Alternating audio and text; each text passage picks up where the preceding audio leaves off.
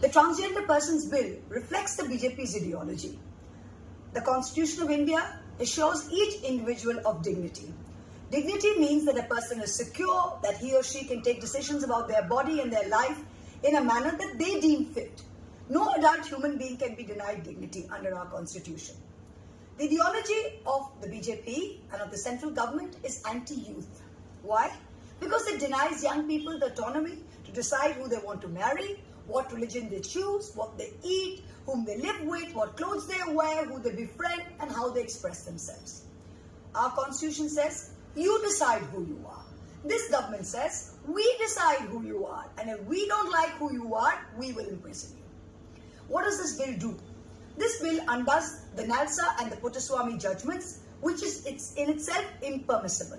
The legislature cannot undo what the Supreme Court has laid down as a fundamental right. The Transgender Persons Bill 2019, which was brought in after a great deal of consultation, encoded the Nalsa ruling. The 2026 bill, on the other hand, the new bill, seeks to delete the provision on self-perceived gender identity under Section 4.2 of the 2019 bill. The section notes, a person recognized as transgender under subsection 1 shall have the right to self-perceived gender identity. So if a person perceives themselves of a certain gender, then that's what they should be allowed in everyone's eyes. But it stated, however, that a person identifies as their gender must be recognized, that one does not need to undergo medical procedures to be recognized, and that trans persons have an enforceable right to a certificate of identity based on their own self-declaration. That means the fact that they're trans depends on their self-certification, not a medical certificate. The 2026 bill's new definition only includes persons with named socio-cultural identities such as Kinnar, Hijras, Aravanis, Jogtas, or persons with specified congenital variations in their primary sexual characteristics, external genitalia, gonadal development, chromosomal patterns. But please explain to us, how does a person become a Hijra? Isn't it also through a self-perceived identity? Why have you excluded so many other socio-cultural identities such as Kotis, Mangalamukhis, Tirunangals, Tirunambis? Why have you excluded the Nupi Manbis and the Nupi Manbas? This bill undoes everything that the 2019 bill did.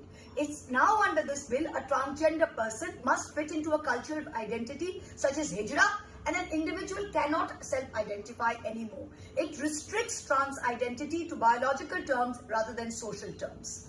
This is a huge step backwards. And this bill also applies retrospectively. Protections that were previously given to trans people are also being undone.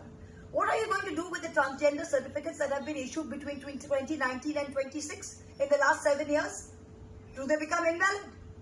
This bill introduces a multi-stage medical board process as a precondition for a transgender certificate. It requires hospitals which perform gender-affirming surgery to report the details of the patients to state authorities. In practice, this means that all transgender people will have to undergo a hostile medical procedure. We must remember that trans people often run away and hide from traditional families, from conservative families, and violent religious or cultural communities. This is happening all over, especially in rural areas. If hospitals have to report this information to the state, you may as well be inviting trans people to be lynched. That's what it's going to come to. Let me give you a small example. In rural areas, I have a rural constituency, so many arranged marriages break down due to non-consummation because the male is impotent. Tell me one thing, if the male is impotent, shouldn't every male before arranged marriage have to undergo a potency test under a medical board? Shouldn't that be a precondition? If you are imposing this on trans people who enjoy the same constitutional rights, why are you not imposing that as a precondition for marriage to take place between heterosexual couples? How can you do this under law? We have equality before law. Look at the criminal provisions of this 2026 bill. For example, in clause 7, if an NGO or a friend of a trans person helps them escape an abusive household, helps them escape a village and go somewhere else to safety, the NGO or the friend is also going to be punished with imprisonment for a term of not less than 6 months, but which may extend to 2 years. You're making them abettors to this so-called crime. What's going on? Look at subclause E of section 18 of the 2026 bill. What does it say? It says that if someone kidnaps an adult person, this isn't a grammatical error. This just shows the mindset of the BJP. How can an adult person be kidnapped? Is it possible? Can an adult person be kidnapped? This basically means that merely cross-dressing is going to fall anything that is outwardly presenting a transgender identity. So any man who decides to wear a skirt or cross-dresses is going to be imprisoned, and people who help them are going to be imprisoned. The question of consent is rendered pointless here. Absolutely pointless.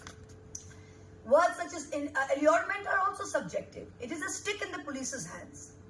The statement of objects and reasons of this bill justifies this deletion by claiming that the act was never intended to protect persons with various gender identities. This is incorrect. The very purpose of the original act in 2019 was to protect self-perceived identity.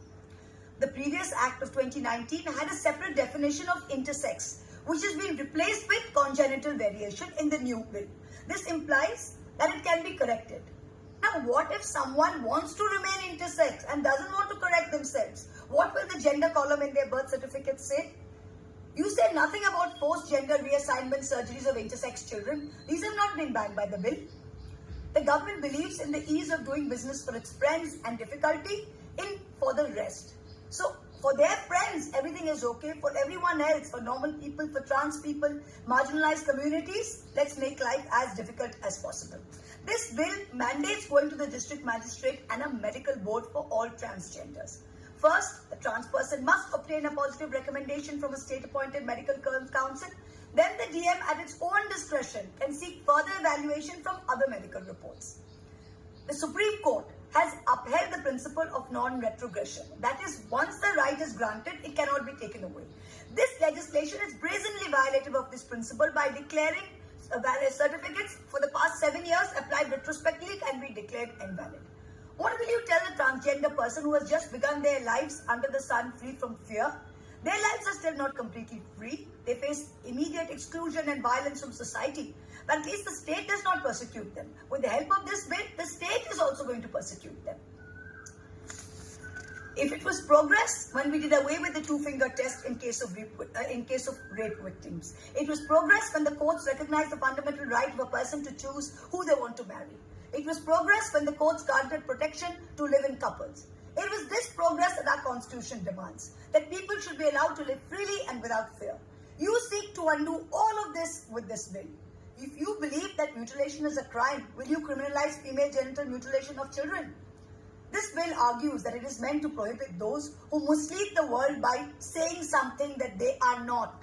In other words, you cannot express yourself unless a doctor approves. Please tell me, will you mandate a medical inspection of every person who wants to get married so that you can be sure that they are not impotent or infertile? Please do not bring this bill in. It is against the dignity of all trans people living in India and by default against the dignity of every human being, of every citizen living in Indian land. You as a government cannot take away our rights in this manner. Rethink the bill. Please send it to a committee. Do not bring the bill at this point. Thank you.